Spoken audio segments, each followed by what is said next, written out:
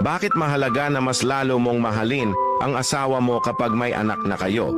Ito ang yugto sa buhay ng mga kababaihan na may malalaking pagbabago at adjustment na nagaganap.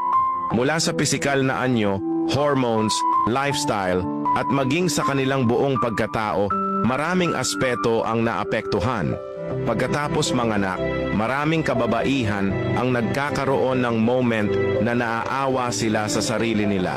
Unti-unti nilang nararamdaman ang pagkawala ng kumpiyansa sa sarili dahil sa mga pagbabago sa kanilang katawan.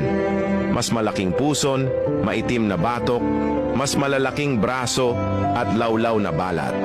Dagdag pa dito ang sobrang pagod na dala ng panganganak at pagpapalaki ng anak. Bilang isang mister, mahalagang maging maunawain at huwag maghanap ng iba kapag nagbago na ang hitsura ng iyong asawa.